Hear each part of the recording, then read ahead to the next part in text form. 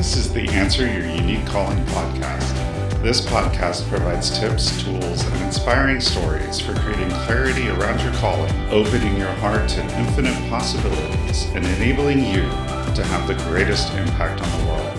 I'm Crosson-Hill, a certified spiritual life coach, meditation teacher, human design specialist, and founder of Priest of Inanna. And most recently, I've joined the faculty at Starseed Academy Coach Training. It's my mission to teach and guide others in living a spiritually aligned life that answers their unique calling. Welcome, and thanks for listening.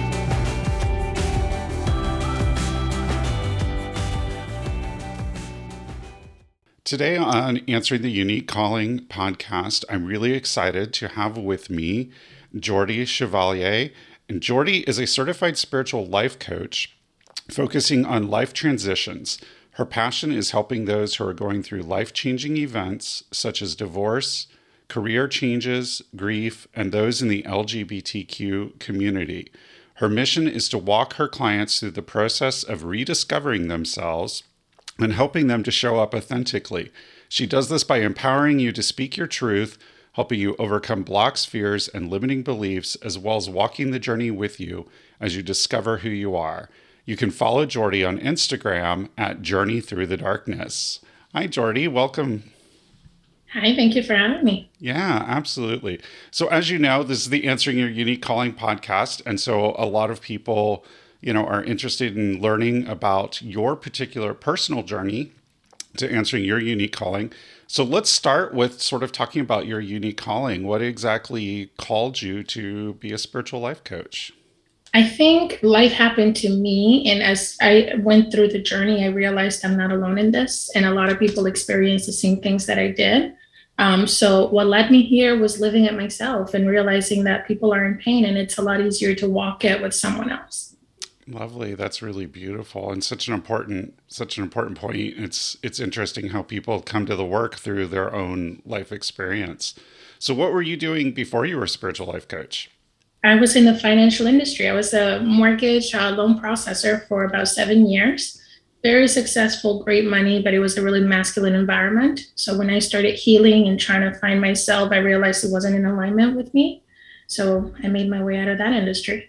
Wow, that's a big shift. So, when you were making that shift, or when you were in the finance world and sort of starting to look at making this transition, did it seem possible at the time? Oh my gosh, no, no, no, no. I was a completely different person. I was a go-getter, top performer, working 14, 16-hour days, weekends, holidays. I couldn't imagine a life where I had time to slow down, to meditate, to even take walks. So night and day shift. It wasn't possible then, but now looking back, I'm glad I made the transition. Awesome. That's really incredible. So tell me a little bit, like in your past life, like, thinking about like even childhood, what did you want to be when you grew up? Well, I grew up very traditional, if I'm honest with you. I'm from the Dominican Republic. So my growing up really was I wanted to be a mom and have kids. And I got married very young at 21 years old, and marriage was not my forte. So it was a very toxic relationship. And I realized that, quote unquote, I failed at that. And I didn't really have any passions or anything. So I always enjoyed teaching. I always enjoyed psychology and stuff like that, business even. I'm a people person, but it kind of found me. I didn't really have a dream until later in my 20s. Wow. So just sort of unfolded very organically for you, it sounds like. Yeah, I felt very led. I felt like there was a certain point in my 20s when my life started happening quickly. And I was just kind of catching up. And then when I look back and realized what it became, it was my dream all along, is to help other people, to teach other people, and just give love.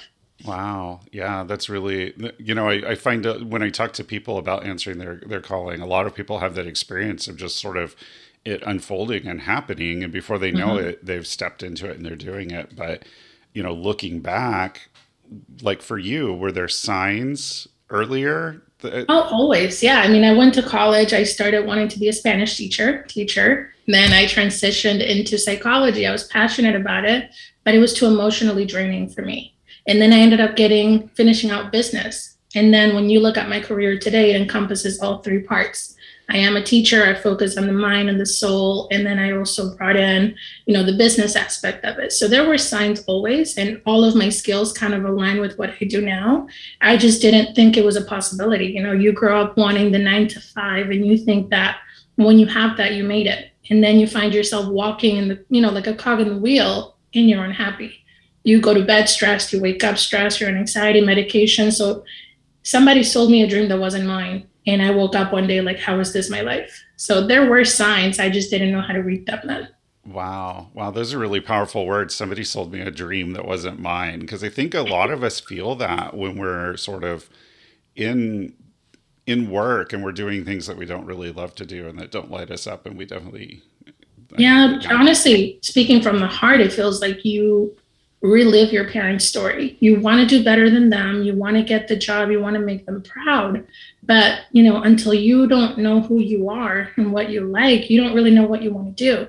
So you end up in a career, you go to school, you do all this stuff, and then you can't find happiness. And then it makes you realize that maybe they weren't happy either. They did the same thing you did. Yeah. So I kind of felt like I broke that chain because, again, it kind of found me and life happened. But yeah, I mean, I just followed the pattern of what was put in front of me. My parents said, this is what you do. You go to school, you get a degree, you get a job. Wow. Yeah, that's so amazing. Like how many of us do that. Like my father wanted me to be an engineer and I was a rebellious teen, so I actually went to school for fine art, but I did eventually end up in software engineering before answering my calling as well. So that's really interesting. So you mentioned that you sort of felt led through this process, and so I'd love to like hear more about that because that sounds like a really important part. Well, let's go back to my divorce. I was 26 years old at this point. I had been married 5.5 years. And coming out of that, I was really unhappy. So people would ask me, hey, what do you like? I had no idea. I was like, I don't know. What do you like to eat? I don't know. Do you like to travel? I don't know. So I realized I was a 26-year-old who felt like she was two. I didn't know what I like to do, what I like to eat, where I like to go. And I'm in this career. I'm working super hard, trying to get out of debt. And it started happening slowly at first, meaning I was able to get out of debt, and then I was able to, start enjoying reading again and getting into self-help books. And then I would find something in a book that led me to another thing. And then I heard about a life purpose. And I was like, ooh, I probably have one of those. So I started looking into that and asking the question. And I feel like when you ask the question, the universe shows up.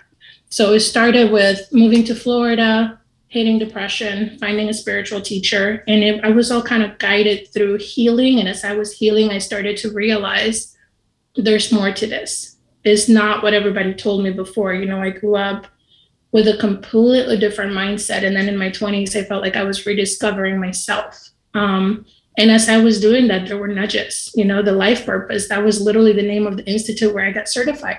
I literally put that on Google, and that's the first one that came up.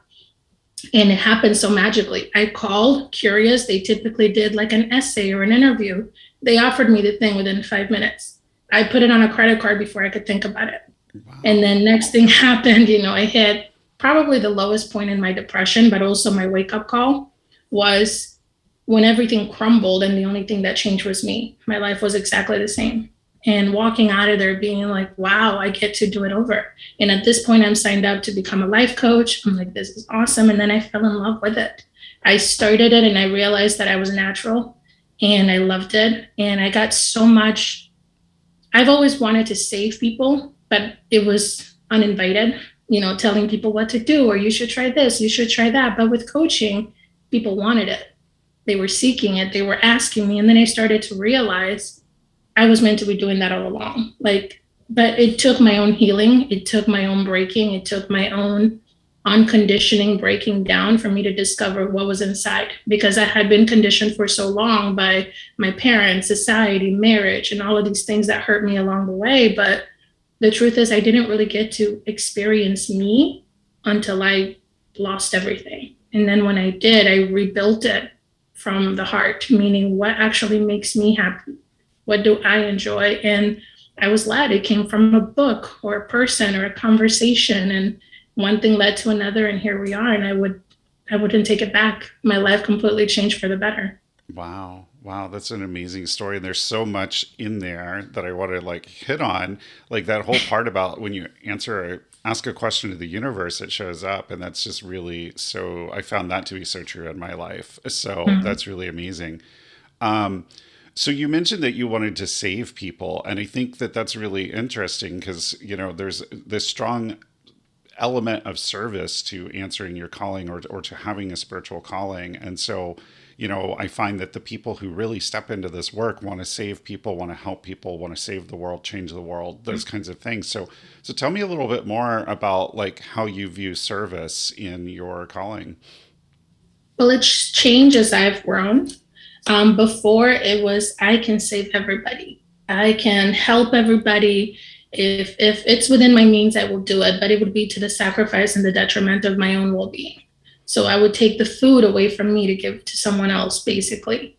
And after a while, you realize that you have to love number one first. So now it's changing to the people that want to be helped, they will come to me.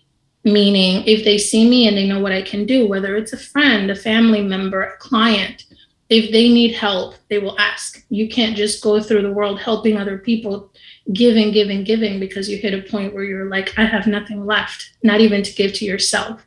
And it's changed. I'm glad it did because I burned out. I was trying to save, my mom, my dad, my brother, my sister, because like I felt their pain. I'm an empath. So anytime somebody was hurting, I would cry with them and really take that home with me.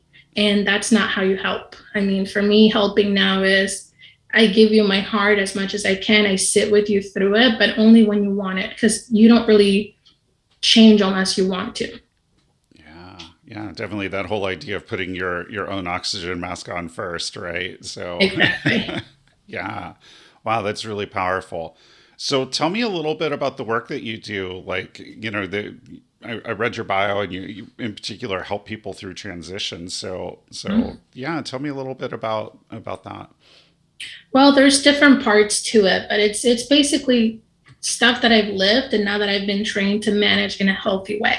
So I can tell you the wrong way to do it and I can tell you the right way to do it because when I got divorced and it was toxic and I was in debt and I didn't know who I was, I acted out in the wrong ways, meaning drinking, sleeping around, acting crazy, doing things that, were not in alignment with the person I came to be.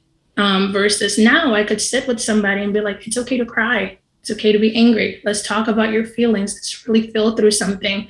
So it's really helping people walk the journey that I did, but they don't have to do it alone. So limiting beliefs and anything that's keeping you stuck, anything that's allowing making you play small or people please or sacrifice. We really just work through it one block at a time so that you can continue the journey on your own. So it's really about empowering people to learn the things that I learned the hard way.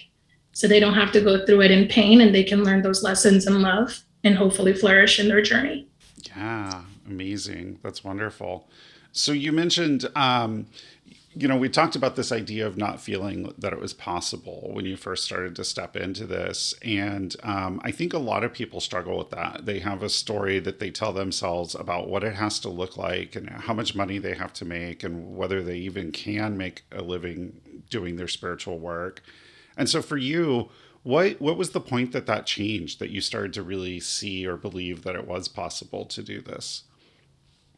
Honestly, it took action on my part because at first there's fear, there's insecurity. You're like, what if people don't want it? What if I'm not going to make a living out of this? And then you do it anyways. You push through a little bit, and then the signs just start showing up. You get your first client, you get your second client, you get the third, then you get invited to an event, and it slowly starts to unfold. And you gain that confidence, you gain that momentum of, wait a minute, I can actually do this, and it's going great, and people are receiving it. So whatever you're called to do, once you start taking steps, like be afraid and do it anyways, you're going to start to see it's going to start to unfold for you and it's going to be bigger and greater than you even imagined. And money, yes, it matters, but once you find your soul's purpose, money doesn't really matter. Money just shows up. It's one of those things where when you're doing the right thing, it doesn't feel like work. And I know it's cliche, but I would do it for free. That's how much I love what I do.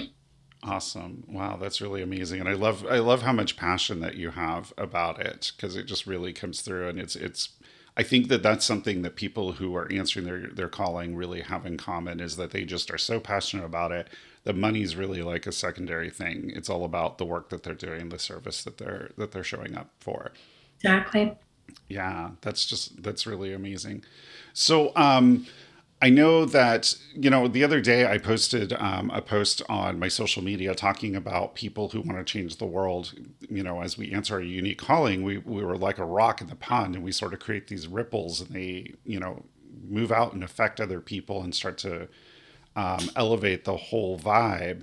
And one of the things that I've always found amazing about you is how much you like network and like work with other people. So tell me a little bit about, like, I know you're doing a yoga thing that's a collaboration. So tell me a little bit about like your networking and your collaborative work. Well, I've always been really good at making friends because I can pick out the people who are genuine. So when I make a hard connection with somebody, they're going to be my best friend for life. And I'm the type of person that brings people together. So being extroverted has always been on my side.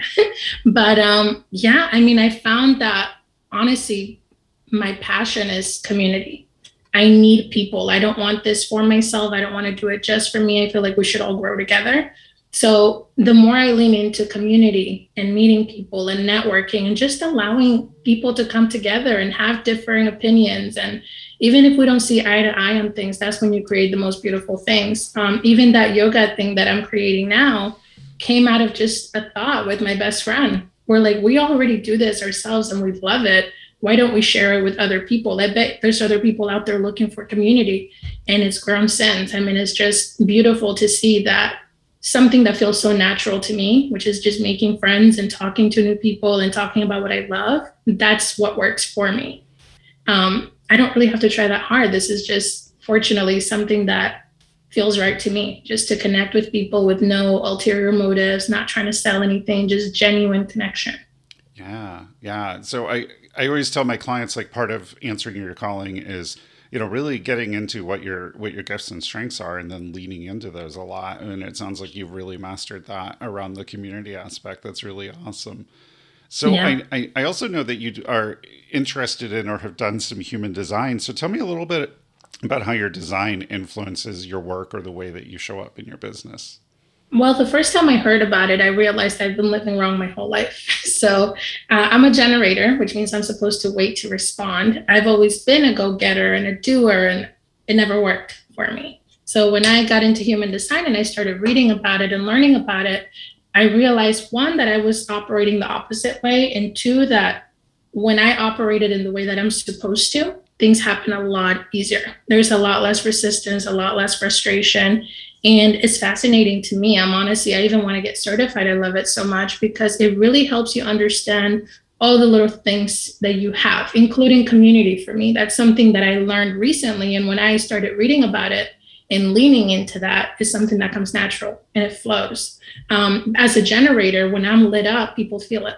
People feel my personality. It's a lot, but for the right people, it's just enough. And they really can tell my passion and my desire and my excitement, and that drives them. So it's helped me a lot because now that I understand the best way for me to operate, not only is my life flowing a lot easier, I'm making the right connections and it's all coming together for me. Yeah, wow, that's really exciting. I think human design is one of those things that just when you learn it, it's like it just changes so much. I mean, I'm a manifesting generator myself, and so I have the same wait to respond strategy.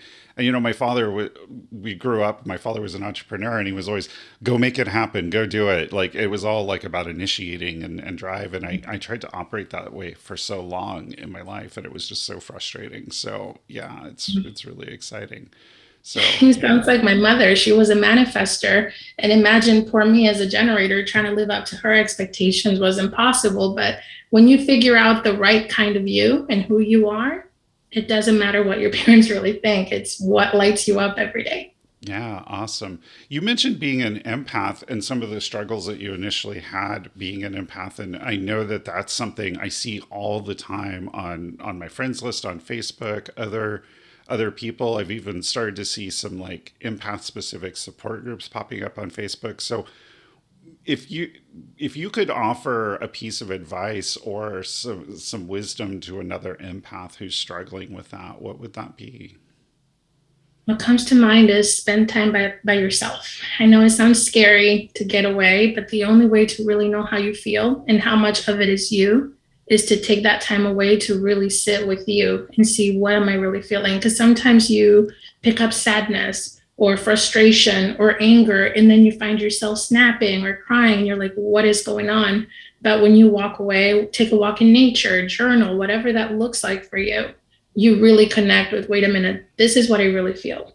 That other part had nothing to do with me.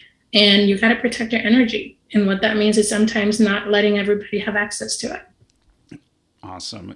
Ironically, that's the same kind of advice we give in human design to people with a lot of openness in their chart. So that's incredible. So yeah. So what else would you like to say?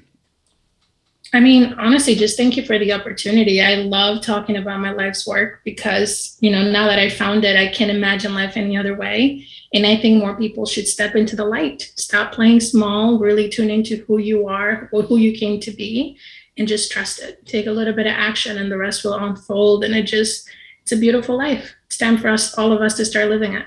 Yeah, awesome. That's incredible. And yeah, I love that part about just taking a step. I mean, I often talk about the one most aligned action because that's really it. Just one step at a time, find the most aligned action, do it now, and you'll move forward before you know it. It's so amazing. So Jordii, how do people get in touch with you if they want to learn about working with you or just learn more about you and your work? Well, right now I'm really mainly on Instagram. So it's Journey Through the Darkness and it's THRU. I'm building out my website that should be up shortly. But for right now, that's the best way to reach me. My email is on there, all my links are on there, and you could even set up an appointment on my calendar for an intro call. I mean, anybody that resonates with my message and would love to connect, I love people, reach out, and I would love to see where it goes. Awesome. That's so incredible. And how do people join your yoga collab? What is it? Yoga on the beach or tell us a little Yes. bit more about it. Well, this new venture we're taking is really soul aligned. So we're doing yoga at the beach here in Florida. The thing is, everybody doesn't live in Florida. So we're doing that on Saturdays in the morning, and it's basically yoga, meditation, and a little bit of coaching because sometimes strong feelings come out, and you want to have somebody to support you through it. But we even created an online version of this. So we're still figuring out the days. I feel like it's going to be every Sunday online around 6 or 7 p.m. And essentially, we're just going to get together intentionally for an hour a week to really pick a topic, let's say self-love. And we'll start with a meditation around that. We'll do a yoga flow that's very aligned. So, for example, for self-love, it will be heart openers and really slow movement. And then at the end, we'll just talk about how did that feel? What came up for you during that time? And it's just about building community and really exploring spirituality in a safe way. And not only that, but also loving your body through it. Wow, that sounds so amazing. And I'm a yoga teacher as well, and so that just sounds like a really amazing practice. So, if that sounded amazing to you as well, follow Jordii on Instagram. Be sure you watch for that collaborative yoga practice. So thank you again, Jordii, for joining me today. It's been really just a delight learning about your mission and how you stepped into answering your unique calling. Thank you so much, Julian, for having me. Yeah. So thank you for listening, everyone. You can reach me at priestofinanna.com. That's priestofinanna, INANNA.com. I'm also on Instagram at priestofinanna. Bright blessings.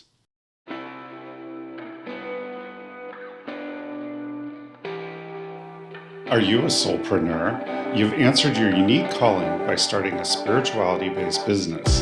Maybe now you find yourself overwhelmed. There's so much to do for your business and so many things you've never done before that you need to learn how to do. With an ever-growing to-do list, you may feel like you'll never get everything done. Decisions become complicated and you may feel like you need to work all the time. Even worse, our old friend imposter syndrome hooks his head up. You struggle with your pricing, and every business coach on the planet wants to sell you a marketing system. I've been there. It's why I've created my Soulpreneur Energetic Success Program.